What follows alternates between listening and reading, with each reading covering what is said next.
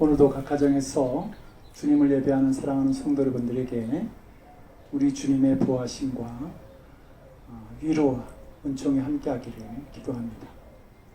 오늘 우리가 봉독한 본문은 12살 된 소녀가 죽음에서 일어난 부활의 사건을 기록한 말씀입니다.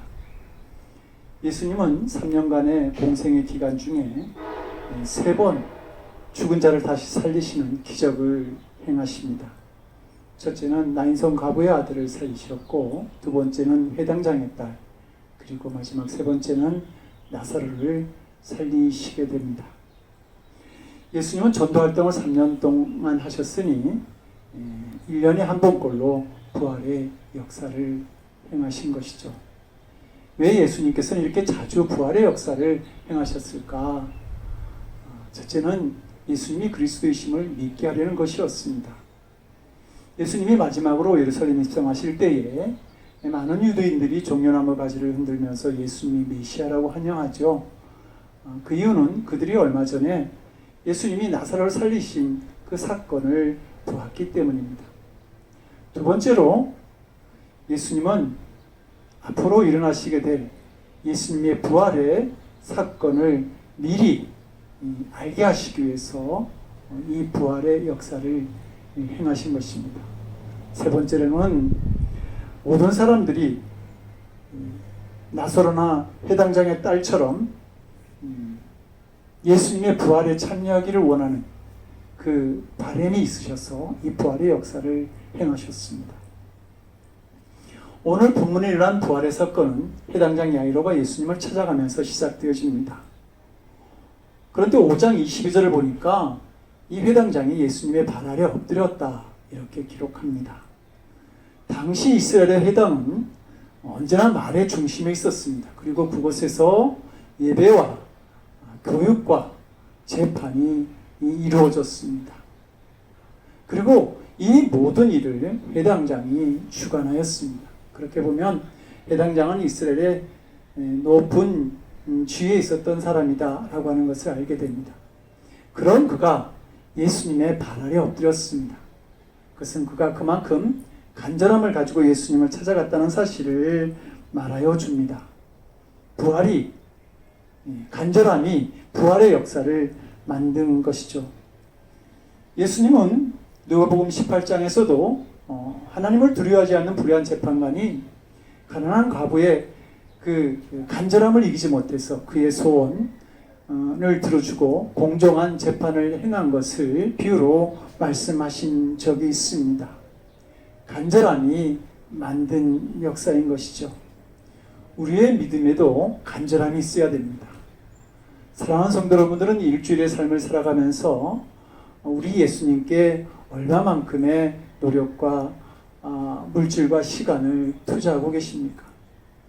우리는 우리를 위해서는 많은 시간과 물질을 이렇게 사용하지만, 그러나 예수님 앞에서는 참으로 인색한 우리의 모습을 봅니다. 성도 여러분, 저는 간절함으로 여러분들이 예배의 자리로, 기도의 자리로, 말씀의 자리로, 전도의 자리로, 사랑을 나누는 믿음의 자리로 나아갈 수 있기를 원합니다. 그리고 그 자리에서 부활의 예수님을 만나십시오. 그 간절함이 죽음에서 생명을, 그리고 절망에서 희망을 만드는 자리가 되는 것입니다. 또한 유대 지도자였던 회당장이 예수님을 찾아오는 이런 굉장한 용기가 필요했습니다. 당시 그 회당장의 동료였던 대부분의 유대 지도자들은 예수님을 미워하고 핍박하고 모함하고 있었습니다. 그런 동료들의 정서를 무시하고 예수님께 나와 무릎을 꿇는다는 말은 동료들로부터 버림받을 용기가 필요했던 것입니다. 믿음은 우리에게 용기를 요구합니다. 가나안을 향해 가던 이스라엘 백성들 앞에 거센 물결이 흐르는 요단강이 막고 있었습니다. 그러나 그 요단강에 발을 담그는 제사장들의 용기가 있었을 때 요단강 물은 멈춰지고 이스라엘 백성들은 요단강을 건너죠.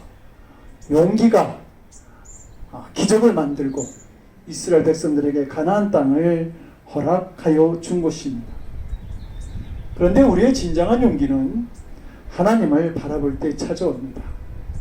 해당장도 예수님을 바라봄으로 말미암아 모든 상황을 이겨내고 나아갈 수 있었습니다. 루터가 비테베르크 성당문에 당시 카톨릭의 잘못을 지적한 95개의 조항의 반박문을 붙여놓고 종교개혁을 시작하자 당시 황제 카를 5세가 루터를 보름스 광장으로 부릅니다. 95개 조항을 처리하지 아니하면 너를 죽이겠다, 이런 엄포였습니다. 이 일로 루터가 두려움에 떨게 되는데, 그런 마지막 순간에 이렇게 기도합니다. 제가 여기 있습니다. 나는 어떤 것도 할 수 없습니다. 주여 나를 도우소서. 그리고 이 기도를 통해서 그런 자신의 주장을 처리하지 않고 종교 계획을 계속 이어갑니다. 그리고 자기에게 행한 하나님의 역사를 생각하면서 이렇게 찬양하죠. 내 주는 강한 성이요 방패와 병기 되시니 큰 환난에서 우리를 구하여 주시리로다. 이 찬양, 이 용기로 그는 종교 계획을 완성합니다. 사랑하는 성도 여러분들은 입새에도 이는 바람에도 괴로워하는 영적인 예민함이 있어야 하겠지만 생명을 내어놓고 예수님께 나아가는 용기도 또한 있어야 합니다. 오늘날에도 예배가 힘들고 예수님을 핍박하는 그 지역에서 여전히 예수님을 찬양하고 복음을 전하다가 순교의 자리로 나아가는 많은 용기 있는 사람들이 있습니다. 부활은 그분들을 위해서 준비되어 있고 그분들을 통해 이어져 가고 있습니다. 간절함으로 예수님을 사모하고 그리고 용기를 가지고 세상을 향해 나아가는 성도들이 되기를 원합니다. 부활은 그냥 주어지는 것이 아니라 간절함과 용기를 가진 사람에게 주어지는 기적이 되기 때문입니다. 죽음이란 절망적 상황입니다. 해당장이 처음 예수님을 찾아왔을 때 그의 딸이 살아있었지만 예수님과 함께 집으로 가고 있을 때에 그는 자신의 딸이 죽었다는 소식을 듣게 됩니다. 죽음 앞에서 인간이 할 수 있는 모든 수고와 노력은 의미가 없습니다. 상황은 끝났고 희망은 사라졌으며 절망적인 상황만이 그 앞에 놓여져 있던 것이죠. 예수님이 해당장의 집에 들어갈 때 사람들의 모습을 성경은 떠들고 울고 심히 통곡했다, 이렇게 기록합니다. 죽음 앞에서 어쩔 줄 몰라서 소란스러워하고 울부짖었다는 말입니다. 오늘날 우리가 사는 세계가 이러하지 않습니까? 질병과 죽음의 소식에 두려움과 절망이 덮여 있습니다. 그리고 그 아픔과 고통은 이웃과도 나눌 수 없습니다. 사랑하는 가족이 죽었는데 가족들은 그 얼굴조차 보지 못하고 보내고 있기 때문입니다. 여기에 위로와 기적이 필요합니다. 그리스도의 사랑과 부활의 역사가 있어야 합니다. 예수님은 딸의 죽음의 소식을 듣고 절망해하는 해당장 야이로에게 말씀하십니다. 두려워하지 말고 믿기만 하라. 모든 상황은 끝나고 희망은 사라졌습니다. 그러나 믿음은 사라져서는 안 됩니다. 두려움이 밀려올지 모르지만 예수님은 더 가까이 계셔야 합니다. 예수님이 자주 찾아가시던 친구 나사로가 죽었습니다. 마르다가 예수님에게 말하죠. 주께서 여기 계셨더라면 내 오라비가 죽지 아니했겠나이다. 그러자 예수님은 이렇게 대답하십니다. 나는 부활이요 생명이니 나를 믿는 자는 죽어도 살겠고 무릇 살아서 나를 믿는 자는 영원히 죽지 아니하리니 이것을 내가 믿느냐. 예수님을 믿는 자는 죽어도 삽니다. 이렇게 말씀하시면서 내가 이것을 믿느냐 하고 물어보십니다. 믿는 자가 되어야 하는 것입니다. 믿음으로 예수님과 함께 하여야 합니다. 어떤 절망적 사건 속에서도 믿음을 놓쳐서는 안 됩니다. 우리는 감각의 세계가 전부인 줄로 알죠. 그래서 들어야 믿고 보아야 믿는다고 말합니다. 그러나 과학은 우리가 듣지도 못하는, 보지도 못하는 초음파의 세계와 적외선의 세계가 있다고 그렇게 가르쳐 줍니다. 오히려 보이지 않는 세계가 우리를 더 크게 좌우하고 있음을 우리는 알 수 있습니다. 그러므로 보이는 감각의 세계를 믿는 자들이 아니라 예수님을 믿는 자들이 되어야 합니다. 우리의 생명이 믿음에 있습니다.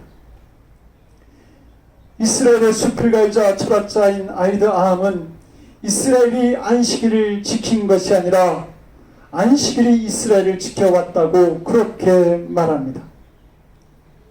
이스라엘 백성들은 2500년 동안 나라 없는 백성이었습니다. 그 정도 시간이라면 나라도 민족도 사라졌을 만한 시간입니다. 그런데 오히려 그들은 세상의 차별과 히틀러의 광기와 전쟁의 저주를 이겨내고 다시 나라를 회복하는 강한 민족이 됩니다. 어떻게 그럴 수 있었을까? 그들이 안식일을 지키며 그 안식일에 하나님의 말씀인 율법을 묵상하였기 때문입니다. 그런데 사랑하는 성도 여러분, 우리는 어떻습니까? 우리는 예수님에게 우리에게 주신 복음이 있습니다. 그리고 예수님께서 영원한 생명을 약속하신 부활의 날, 주일이 우리에게 있습니다. 부활과 주일이 우리에게 있기에 우리는 어떠한 절망적 상황도 이겨낼 수 있습니다. 거기에 영원한 생명이 있기 때문입니다. 그러므로 로마서 8장 31절은 이렇게 말합니다. 이 모든 일에 우리를 사랑하시는 이로 말미암아 우리가 넉넉히 이기느니라. 넉넉히 이기는 은혜가 우리에게 있습니다. 지난주 주님 품에 안긴 강성호 권사님이 살아계실 때에 몹시 힘들다는 얘기를 듣고 찾아간 적이 있습니다.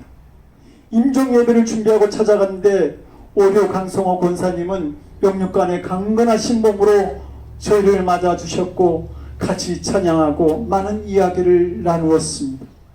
그때 권사님은 나는 이제 주님 품에 안길 준비가 되어 있다. 그 하나님의 나라에 나를 내가 보고 싶어하는 많은 사람이 있다고 그렇게 편안하게 말씀하셨습니다. 성도 여러분, 우리는 어머니의 뱃속을 벗어났지만 이 세상에서 살아갑니다.